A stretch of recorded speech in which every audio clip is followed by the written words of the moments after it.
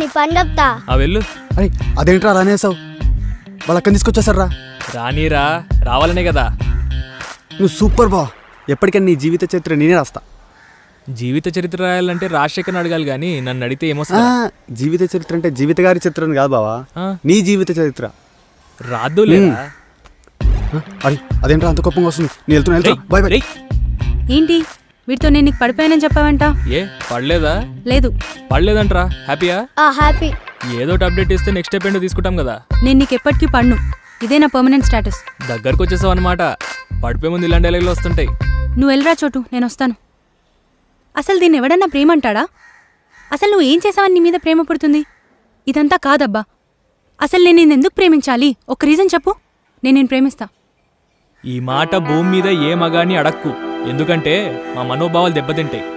బేసిక్గా ఏ మగాడికి ప్రేమించడం రాదు. మీరు ఇలాగా అలాగా అని చెప్పి చేయించుకుంటే ట్రై చేస్తాం అంతే తప్ప మాకంత సీన్ లేదు. అందుకే మగాడే ఎప్పుడు లవ్లో ఫెయిల్ అవుతుంటాడు.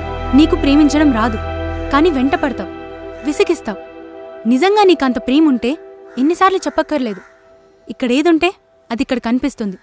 మన కళ్ళు కూడా మాట్లాడుకుంటాయి. అది ప్రేమంటే. ఇది కాదు. శుభమా అని దేవుడు నోరిస్తే కళ్ళు మాట్లాడాలి, చెవులు చూడాలంటారేంటండి? నాకు అర్థంగా కడుతాను.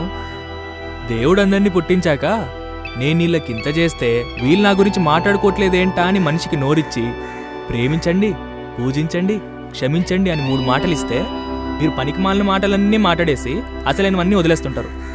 నువ్వైతే ఆ మొదటిది అసలు వాడమే మానేసావు. అసలు నేనైతే ఇది ఎప్పుడు ఎక్స్పెక్ట్ చేయలేదురా. ప్రేమ అంటే ఏంటో తెలియని వాడితో ప్రేమ గురించి మాట్లాడడం.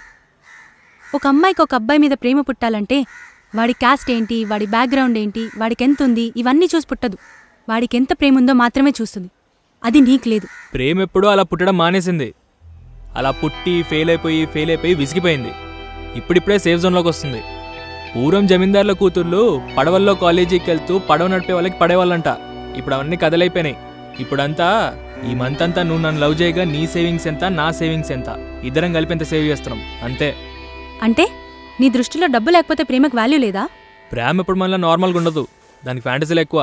పిజ్జాలు కావాలంటది, బర్గర్లు కావాలంటది. యా నుండి తెస్తాం? సేవింగ్స్ ఉంటే తెస్తాం. అప్పుడప్పుడు చల్లగాలికి అలా బయటికి వెళ్దాం అంటది. యా నుండి తీస్తాం? సేవింగ్స్ ఉంటే తీస్తాం.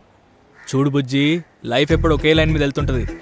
ఒక ఆడి కారు ఉన్న కుర్రాడు ఒక మిడిల్ క్లాస్ ఫ్యామిలీ ఇంటికి వెళ్ళి మీ అమ్మాయిని పెళ్లి చేసుకుంటానన్నాడు అనుకో, ఆ అమ్మాయిది అదృష్టం అంటారు. అదే ఆల్టో 800 థర్డ్ హ్యాండిల్ కారు ఉన్న అమ్మాయిని ఒక అబ్బాయి పడేశాడు అనుకో, ఆ అమ్మాయిని ట్రాప్ చేశాడంటారు, మాయ చేశాడంటారు, డబ్బులకు వలేశాడంటారు. ప్రపంచ పటంలో ఉన్న వంపులన్నీ వచ్చేస్తాయి ఒక్క నా కొడుక్కి. ఏం చేస్తాం? వింటాం. ప్రేమ ఎప్పుడు ప్రేమించుకునే వాళ్ళ మధ్యలోనే బాగుంటుంది. అదే బయటికి వెళ్తే దాని శత్రువులు ఎక్కువ, చంపేస్తారు. చంపేసేంత ప్రేమ వద్దు మనకి. నువ్వు వాడికి ఎంత ఇష్టమని ఎవడని వచ్చి నిన్ను అడిగితే 2 కోట్లు సరిపోయేంత ప్రేమ ఉందని అబద్ధమన్నా చెప్పు. అంతేగాని ఆడు లేకుండా నేను ఉండలేను, ఆడు లేకపోతే నేను చచ్చిపోతాను అని మాత్రం చెప్పకు. నేను 12 నెలలు కష్టపడితే 12 లక్షలు సంపాదిస్తున్నా. అలా 30% గవర్నమెంట్కి ఇస్తున్నా అంటే సంవత్సరంలో 4 నెలలు గవర్నమెంట్ సంపాదించేస్తున్నా. అది నా బాధ.